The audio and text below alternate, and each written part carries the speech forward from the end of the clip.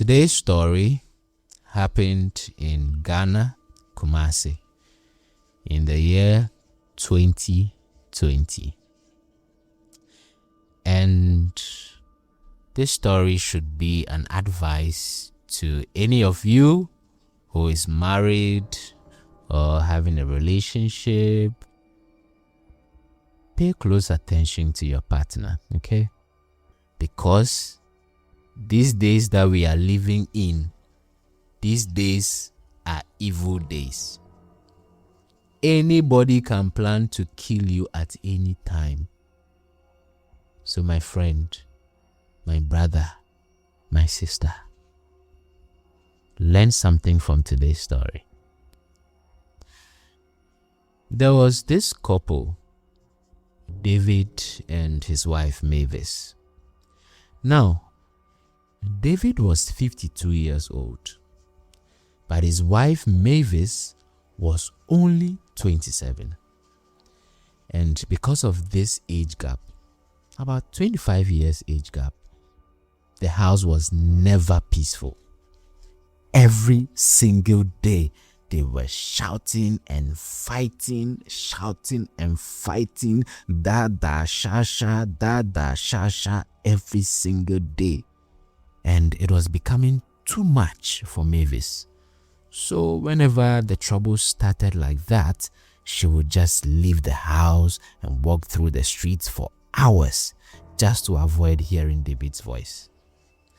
Now, it was during one of these walks that she met another man named Patrick. Now, this Patrick guy was 50 years old. Another old man. He was he was 50 years old and he came from a neighboring town. Now, the two of them stood on a street corner somewhere and they were talking for so long, talking.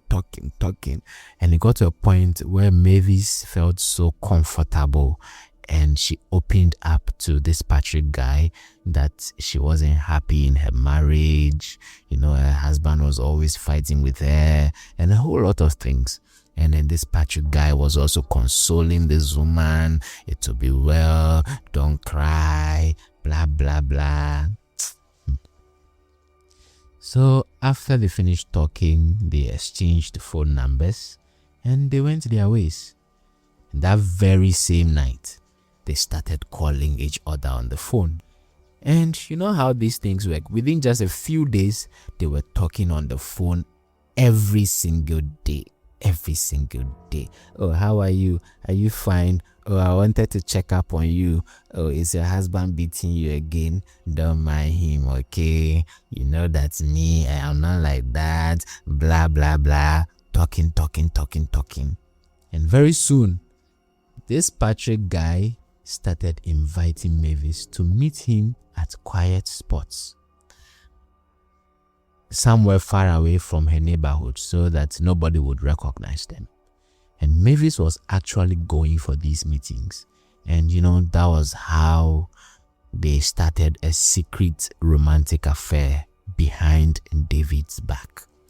So for the next few weeks, they were meeting in different corners of the city, in new catch, doing things in hotels, doing things in club. They were doing every single thing they could do to make sure that David didn't see them. Right? And as the relationship was getting serious, Patrick looked at Mavis and said, "Look, I want us to live together forever. What do you think?" And Mavis just agreed immediately. She didn't even think about it though. She just agreed because she was tired of the way David was always monitoring her every move and making her life miserable. But you see, they had a very big problem. Mavis didn't want to leave the marriage with nothing. So she told Patrick about it, and when they sat down to talk about the legal divorce, they realized that if Mavis went to court to end the marriage, she would get nothing. David would keep his house, he would keep his money and all his properties. So Mavis told Patrick that she had suffered too much in this marriage to just walk away with her empty hands. So Patrick came up with, should I say, a very wicked plan. He told her that if a legal divorce wouldn't help them get what they wanted, then there was one other solution, and that is to unalive David. If David was out of the picture, then Mavis would now become an official widow, and then all the money and property would belong to her. And because Mavis also wanted that financial freedom so badly, she agreed to the plan.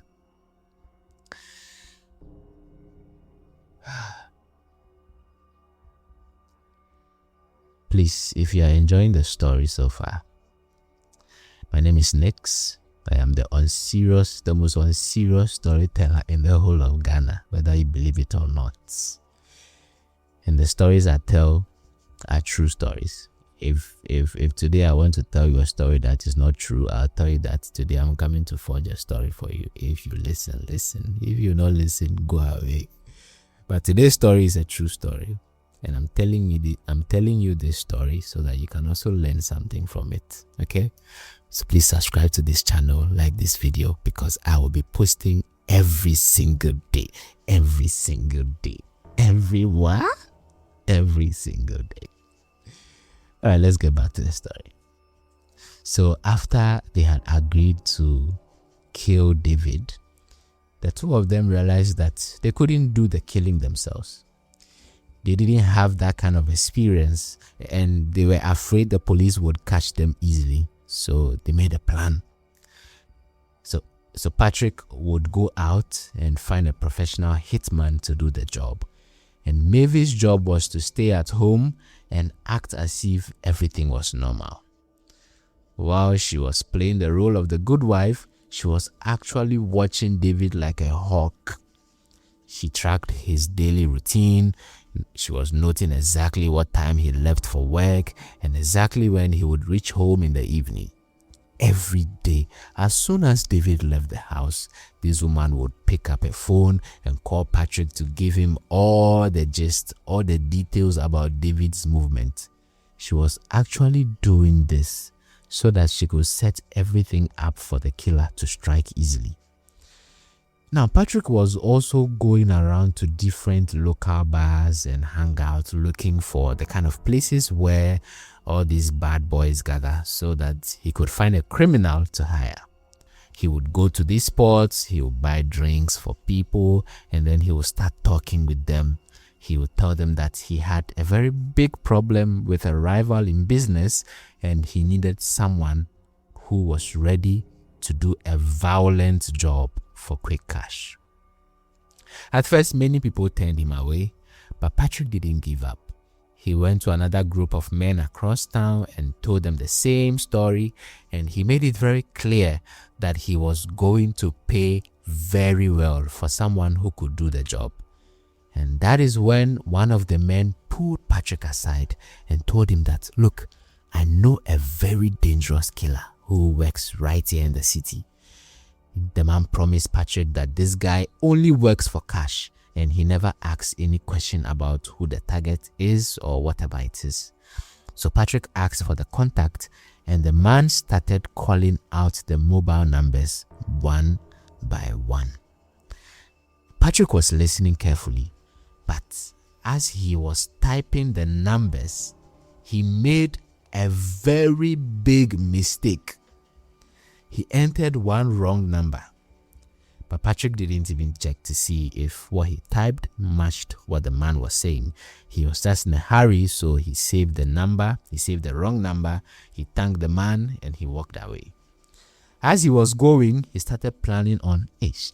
So this hitman that they are saying that he's a professional, no, how much should I give him? He was thinking, hey, will 50,000 cedis be okay? Or will 70,000 cedis be okay? He started thinking about how much he should give the killer so that it would ginger the killer to do the work very fast. When he got home, he went into a very quiet room. He pulled up the contact and he hit the dial button. In his mind, he was about to talk to a ruthless professional killer.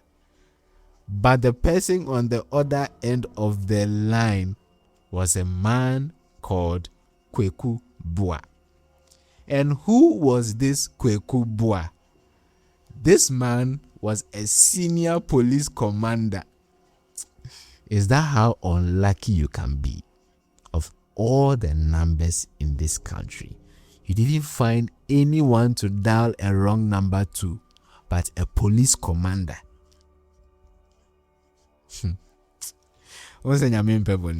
So the commander was just sitting at his desk on his own at the central police station when this Patrick guy took his phone and called him. As soon as the commander picked up, this Patrick guy didn't even wait for him to introduce himself. He didn't wait for the commander to say, okay, my name is Wekubu, I'm the police. He didn't wait for any introduction. He just started talking about the killing. So as the commander picked up the phone, then Patrick asked him, are you available to unalive someone for me? So the commander was confused at first. What is this stupid guy talking about? But he was a sharp man. He realized immediately that this caller has dialed the wrong number and was looking for a hitman. So the commander decided to play along, and he started acting like he was also a criminal. So he asked Patrick, yeah, I am ready for the job. Can you send me the details? Send me the details of the person that you want to kill. So Patrick gave him the details, and Patrick also said he would pay him 100,000 cedis to kill David. The commander accepted the offer, but as soon as he hung up, he went straight to his superiors to tell them what was happening. And the police quickly organized a sting operation, right? You know what a sting operation is, where police will pretend to be something to get some information or whatever it is that they are looking for.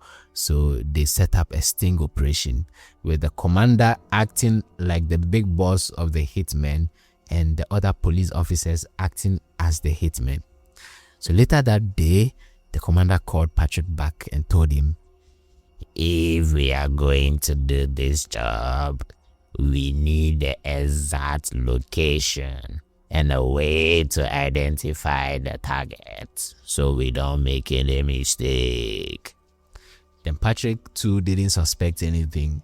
He promised to text all those details to the supposed hitman immediately. Patrick reached out to Mavis and told her that the hitman was ready to go, but he said the man needed more information about David first.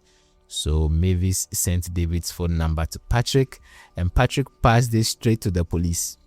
But the commander told them that a phone number alone wasn't enough to do the job. He told Patrick he must map out the exact location of the house, including all the landmarks and the names of the streets nearby. He also demanded clear pictures of David so that the killers wouldn't make any mistake and kill the wrong person. Now Mavis, this Mavis woman, I don't know what kind of courage she has. She secretly took photos of her husband while the two of them were sitting in the living room watching television. And she sent those photos to Patrick. And Patrick also forwarded them to the commander. And once the police had the photos and the address, they took unmarked cars and drove to Patase using the directions Patrick had given, and they finally found David's house. So for 24 hours a day, these policemen were watching the house. They followed David when he left for work, and they followed him back home just to make sure that he was safe. They stayed very hidden, so David himself had no idea that he was being followed by the police. And Patrick and Mavis also didn't know that the police were already right there in the neighborhood, ready to grab them. Commander Boa kept Patrick on the phone for almost like 2 weeks. He would call him every few days to talk about the plans of the murder, And all this time, the police were recording every single conversation. They wanted to have solid evidence of the plan. And in those recordings, Patrick, confirmed over and over again that he wanted David dead and that he was ready to pay 100,000 cedis for the hit. So eventually, Patrick started getting tired of waiting. You people, you call yourself hitmen. I've given you this contract. I have told you that I'll pay you 100,000 cedis. Every time you are asking me this same question, I'm telling you 100,000 cedis. Weeks. Now I am tired. So he called the hitman and told him that, hey, if you cannot do the work, tell me so that I should find someone else. And the commander told him that they have to be very careful so that they don't leave any evidence behind. But Patrick said, no, I don't have time. My partner who is living with David in David's house is getting very nervous and she wants the job done now. And this was a very huge breakthrough for the police, because what Patrick said proved for a fact that someone inside of David's own house was helping Patrick with the murder plot. Hey, what's plot? Plots. Someone inside of David's own house was helping with the murder plots. Yeah. So Commander Boa decided it was time to end the game. He told Patrick that the hitmen were ready, but they needed a mobilization fee before they could do the job. So Patrick agreed to meet in person to hand over the cash and finish the plans.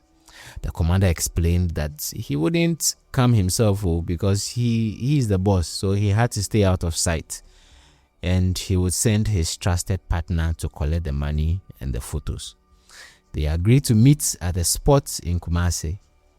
At the station, the police picked one of these officers and dressed him in regular clothes so he would look like a real criminal associate. The technicians took the undercover officer and they taped these recording devices under his shirt. They wanted to make sure that they would capture every single word that Patrick would say during that meeting. The police team also spent a lot of time positioning officers in hidden spots all along the streets, and they also parked unmarked cars in strategic spots. They even blocked every possible escape route so that if Patrick spots them and wants to run away, he wouldn't be able to run.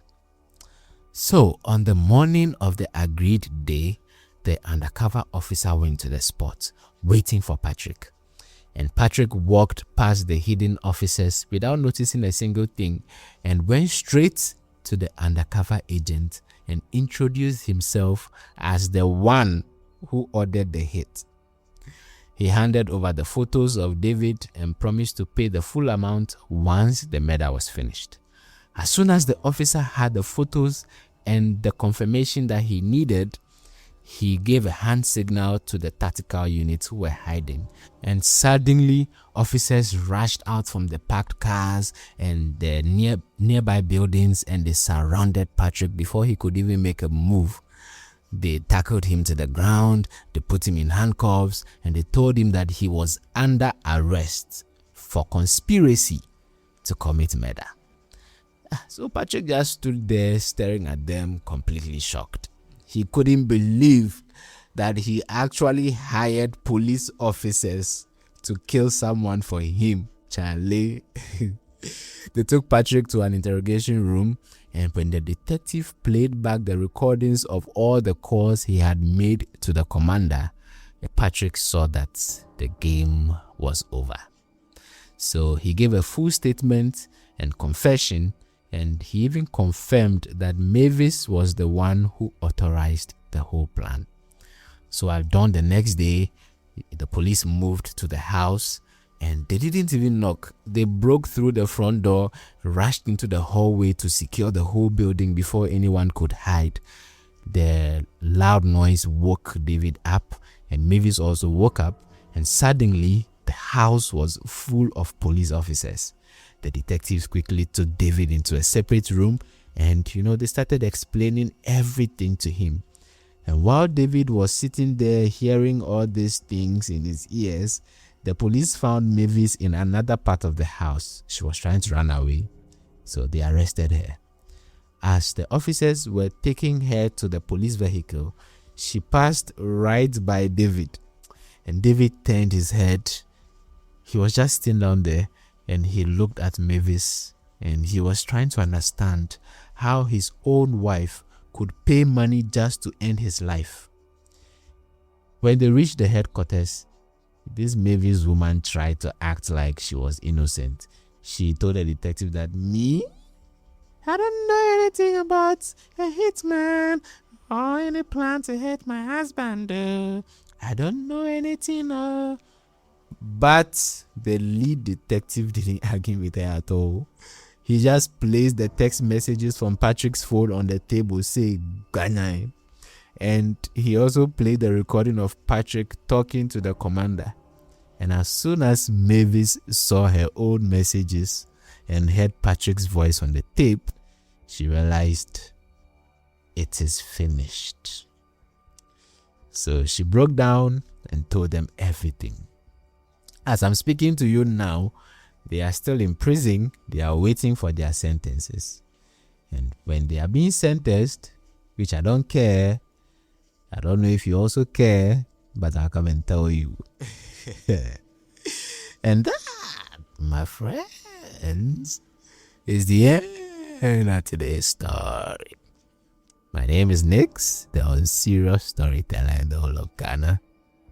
If you watch my videos and you like them, please subscribe to this channel and give this video a like.